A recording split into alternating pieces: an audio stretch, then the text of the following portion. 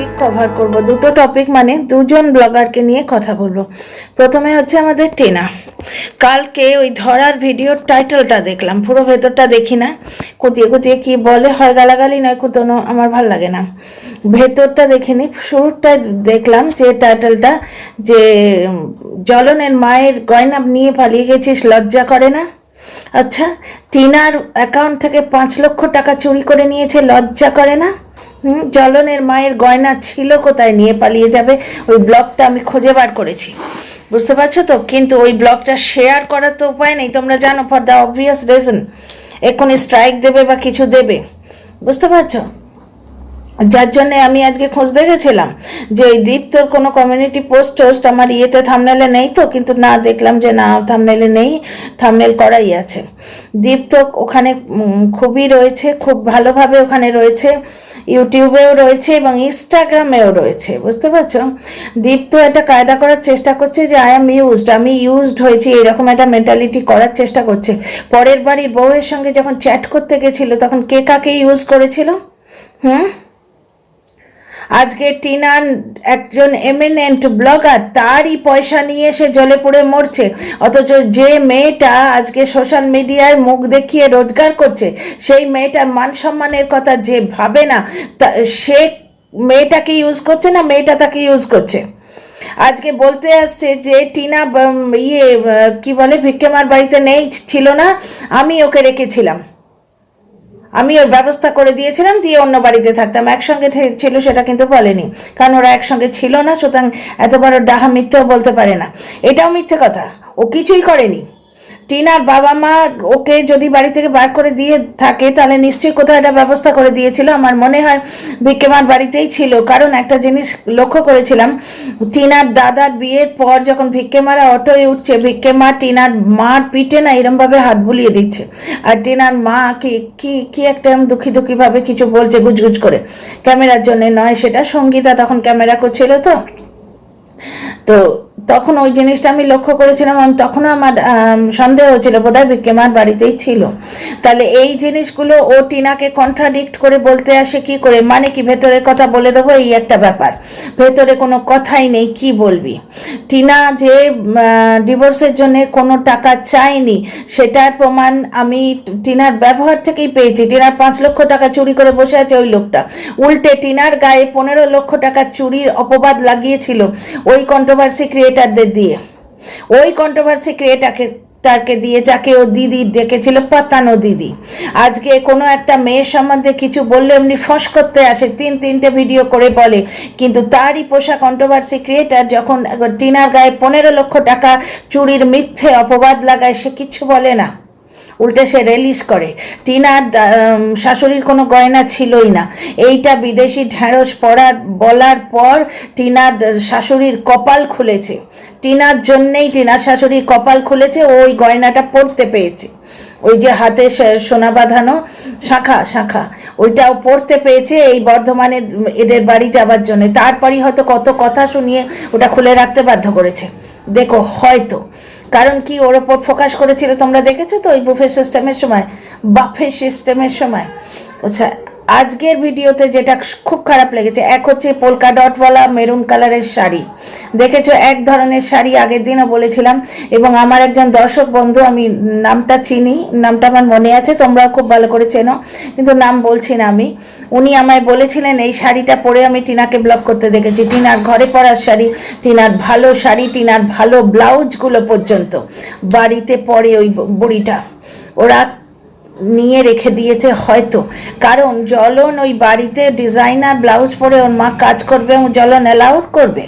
ছেলেটার ড্রেসটা দেখলে, কত বড় একটা ঢলঢলের শার্ট পরিয়ে নিয়ে গেছিল বর্ধমানের বিয়েবাড়ির ইয়েতে, ও নিজে ছাড়া কারোর পেছনে খরচা করে না, ওই জ্বলন বলে লোকটা, ওর প্রচণ্ড জ্বলন, ওর নেচারে জ্বলন। একটা জিনিস দেখো, ওই যে অত বড় শার্ট, মানে ওটা ওর গিফটের পাওয়া জিনিস এখনও রয়েছে, এত গিফট পেয়েছে, যাদের থেকে পেয়েছে তাদের ব্লক করে দিয়েছে ভিডিও ইয়েতে, হোয়াটসঅ্যাপে। আচ্ছা, এখানে একটা জিনিস শোনো, আজকের ভিডিওতে এক জায়গায় কাঁদুনি গাইতে এসছে যে একসঙ্গে এত কেনাকাটা পোষায় না, বাবাকে কিনে দিলাম, মাকে কিনে দিলাম, ছেলেকে কিনে দিলাম, কি কিনে দিয়েছে?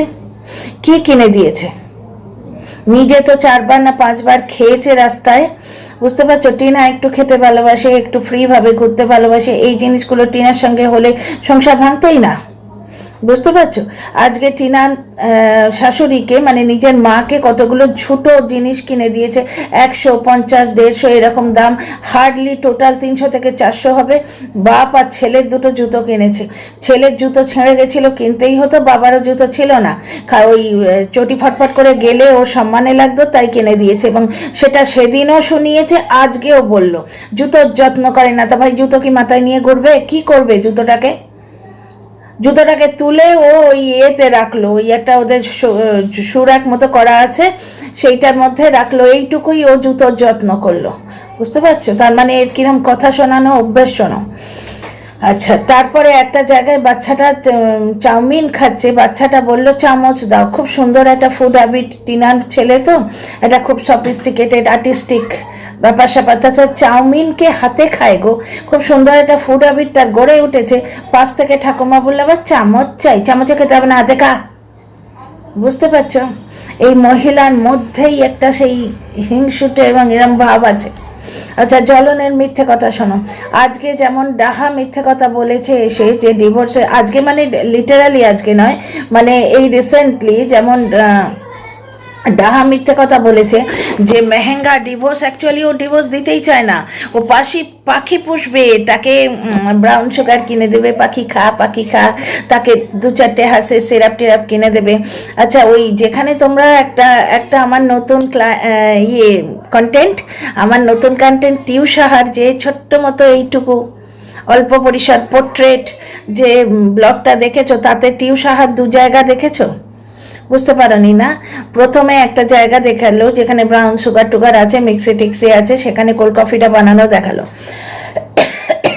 4 জনের জন্য বানাচ্ছেও বললো, এবং ও বললো যে আমি একটু কড়া মানে ও চামচটা ছোট তাই 1 কাপ এক্সট্রা দিল। এবার টিনা হলে আমরা ভাবতাম একজন এক্সট্রা এসে গেছে, মিথ্যে কথা বলে দিচ্ছে, বুঝতে পারছো? এরা বলতে বসলো। আমি বলছি না, আমরা পার্সোনালি কড়া কফি খেতে ভালোবাসি, তবে কোল্ড কফি কিন্তু কড়া ভালো লাগে না। যাই হোক, ওখানে আমি কাপ গুনতে যাচ্ছি না, কারণ ও কাউকে দেখাইনি। ব্যাকগ্রাউন্ডে যদি ধরো 1, 2, 3, 4 জন এক্সট্রা থেকে থাকে, আমরা কি করে নেব?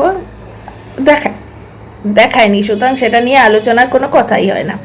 আলোচনার বিষয়বস্তু হচ্ছে মাঝখানে যখন ও ওই চিয়া সিড বললো কি, না অন্য কোনো ব্লগে দেখেছি, টিনার ব্লগে দেখেছি চিয়া সিড, ও বোধহয় দেখিয়েছে আমলকি, আদা আর পুদিনার একটা ড্রিঙ্ক, হেলথ ড্রিঙ্ক, সকালবেলা খালি পেটে নিচ্ছে যেটা, সেইটা যখন নিচ্ছে তখন জায়গাটা চেঞ্জ হয়ে গেছিলো, দেখেছো?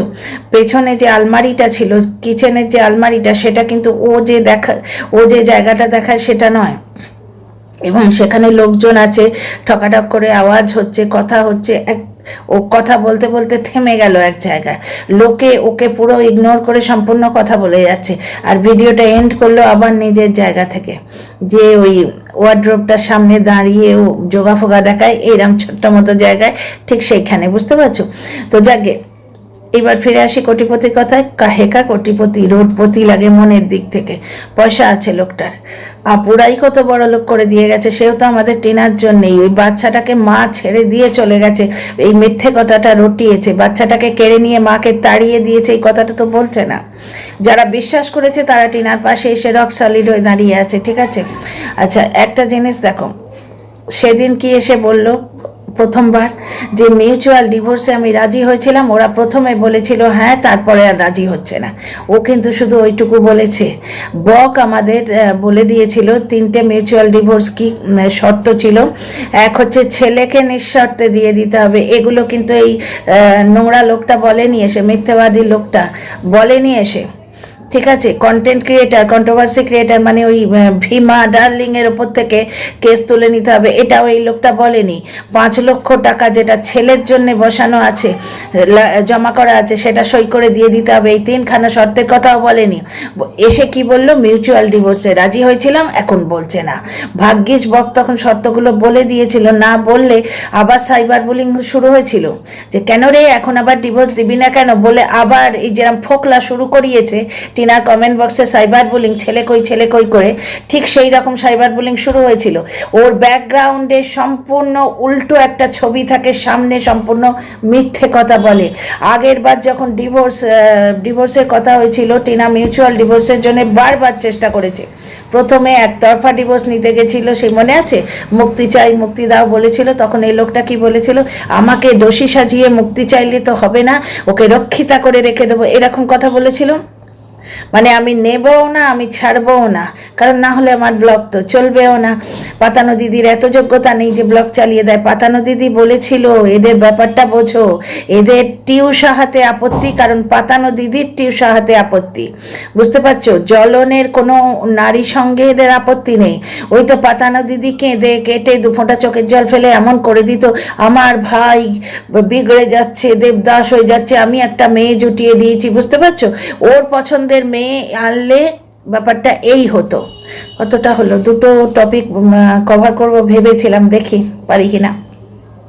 ডিয়ার ফ্রেন্ডস, সঙ্গে থেকে welcome back to my channel my world of words. আমি সৌমি, আমি তোমাদের সবাইকে আমার চ্যানেলে ওয়েলকাম করছি। ডিয়ার ফ্রেন্ডস, তখন দেখলে তো ওই ডিভোর্সের শর্তের ছিঁড়ি, মানে ওই ডিভোর্স, মিউচুয়াল ডিভোর্সের আড়ালে কত কথা রয়েছে। এখনও দেখছো এই যে ম্যাডাম কিছু কথা বলেছেন, অনেকাংশে কিন্তু উনি সত্যি কথাই বলেন। ওনারই ভয়ে এই ডাস্টবিন বুড়ি, ওই 2 পয়েন্ট ডাস্টবিন বুড়ি, তারপরে এই খ্যাকশিয়াল, এরা সব শুধরেছে ওনারই ভয়ে। নাহলে এই ডাস্টবিন বুড়িটা নোংরামো করে, অসভ্যতা করে, অশিক্ষা কুশিক্ষা ছড়িয়ে রোজগার করতো, বুঝতে পারছো? আজকে ম্যাডামের ভয়ে এদের ভাষা শুধরেছে। আর একটা জিনিস পাতানো দিদি বলেই দিল, ওর লাইফে মেয়ে আসতো কিন্তু আমার মতো করে। আমি এমনভাবে সাজিয়ে, গাল গল্প সাজিয়ে বলে দিতাম যে ওর কোনো রকম সম্মানহানি হতো না। ও সে মেয়েকে বুক চিতিয়ে দেখাতে পারতো যে আমায় ডিভোর্স দিচ্ছে না, আমি কি হয়ে থাকবো, দেবদাস হয়ে থাকবো।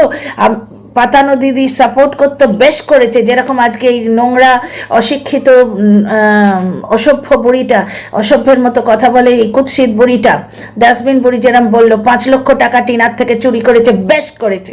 ও সে স্বামী, ও চুরি করবে, বুঝতে পারছো? ও চুরি করেছে, এরা বলছে বেশ করেছে। আর টিনা কিছু নেয়নি, কি কোনো প্রমাণ নেই, কিচ্ছু নেই। যাদের বাড়িতে আজকে দেখলে 1 কাঁধি কলা নেমেছে, বললো পাশের লোকেদের আর কত দেব, ওই ওদের গ্রামে যে পরিমাণ লোক, ওই 1 কাঁধি কলা বিক্রি করতে যেতে হয়। ওই ঠাকুমাকে 4টে, এই বাচ্চাটার বন্ধুদের 4টে দিলে ওই কলা কম পড়ে। কতটুকু কলা, পাড়ার লোকেদের আর কত দেব, 2-4টে কেটে রাখবো, 1-2 করে দেবো, এই হচ্ছে মেন্টালিটি। কাউকে কিচ্ছু ও দেবে না, ও পারলে মানে ছাগলের না দিয়েও বেঁচে খায়, এই রকম কিপটে লোক। আর একটা জায়গায় দেখলে সিম্পাথি কিরমভাবে নিল, মাকে দিলাম, বাপকে দিলাম, ছেলেকে দিলাম, নিজের জন্যে আর নেওয়া হলো না। নিজের জন্যে যে ঘুরে এলে গো বাগে পুড়ে, সেখানে তো মুরগি ধরতে তুমি আদৌ যাওনি, দামি রেস্টুরেন্টে থেকে এলে, হ্যাঁ, চতুর্দিকে খেয়ে এলে, দামি দামি খাবার খেয়ে এলে, তাতে হয় না? নিজের জন্যে কিছু নিলাম না, আবার কত নেবে নিজের জন্যে? প্রথম থেকেই এই ভাবমূর্তিটা দিতে চাইছে যে আমি পরিবার অন্তঃপ্রাণ, মাকে দিতে বাধ্য হয়, কারণ এরই মা তো। এ যে গাছের ফল, সেই গাছটা কিরম বুঝতেই পারছো। বা ছেলের বউ বাপের বাড়ি গেলে ব্যাগ চেক করা হতো, এটাও তো আমরা শুনেছি একজন কন্টেন্ট ক্রিয়েটারের কাছ থেকে, ঠিক আছে? এইবার কি হচ্ছে, সেই মাস খাড়ে খাড়ে হাতটা তুলে দেবে যে আমি যা চাই তাই না দিলে তোর ব্লগে আসবো না। বাপ তো অলরেডি আসেই না, রাত্রিরে চাকুম চাকুম করে খেলো ওই কি বলে ওটাকে, চাউমিন। ওর বাবা খেলো না খেলো কিছু বলেই না। স্ত্রী যে বুড়ো মানুষের খেয়াল রাখে না, সেই বুড়ো মানুষের খেয়াল কে রাখবে? ওই যে বিকেলে ছেলেটার সঙ্গে খেলো, হয়তো ওটাই তার লাস্ট খাওয়া, মানে সেই দিনের জন্যে, বুঝতে পারছো? ছেলেটা একটা চামচ চাইছে, বলে চামচ লাগবে না, হাতে খাও। বাচ্চাটা এক জায়গায় বলছে চাউমিন কেউ হাত দিয়ে খায় নাকি? বাড়ির লোকেরা ফুড হ্যাবিট, ইটিং হ্যাবিট এগুলো গ্রো করায়। এখানে বাড়ির লোকেরা স্বভাব বিগড়ে দিচ্ছে, মেরি চলেগি, আমার কথা চলবে, আমার কথা মানে সংসারটা চলবে, এটা করতে গিয়ে। আর ছেলের জন্য ইউনিফর্ম কিনছে, ছেলেটাকে যে কোন স্কুলে পড়াচ্ছে ছেলের তো বোঝার ক্ষমতা নেই, বড় হয়ে বলবে। কারণ ছেলে যা শুনছে বাড়িতে তোমরা বুঝতেই পারছো। ওইটুকু ছেলে তার বন্ধুকে কি বলে, তোর বাবা মা তোকে বাড়ি থেকে বার করে দিয়েছে, ওইটুকু বাচ্চার বাড়ি থেকে বার করে দেওয়া কনসেপ্টটা আসে কি করে মাথায়? আমাদের বাড়ির 4 বছরের বাচ্চা এইসব এত কথা জানে, বাবা মা নেই মানে ও মাকে মনে করে, 24 ঘন্টা মাকে মনে করে। সেই দিন ও মার কথা বলেছিল, যার জন্য ওরা গঙ্গায় যায়নি, ওদের মন খারাপ হয়ে গেছিল। কত বড় শয়তান না হলে তোমরা দেখো তো, একটা শিশুর কাছ থেকে তার মাকে দূর করে। তো যাই হোক, টিনা ডিভোর্সের জন্য টাকা চায়নি, তার মানে তার দলের লোকেরাও চায়নি, চাইতেই পারে না। টিনার পারমিশন না থাকলে দলের লোকেরা টাকা চাইতে পারে না, এটা সম্পূর্ণ ফালতু কথা বলে আমার মনে হচ্ছে। হয়তো হ্যাঁ, টিনা হয়তো ছেলের জন্য কিছু চেয়েছে, যে ছেলের ভবিষ্যৎ সিকিওর করো। ছেলে ওর কাছে চেয়েছে, টিনা যেমন ছেলে ওর কাছে রয়েছে, ওর কাস্টাডিতে রয়েছে, ওই লোকটার কাস্টাডিতে।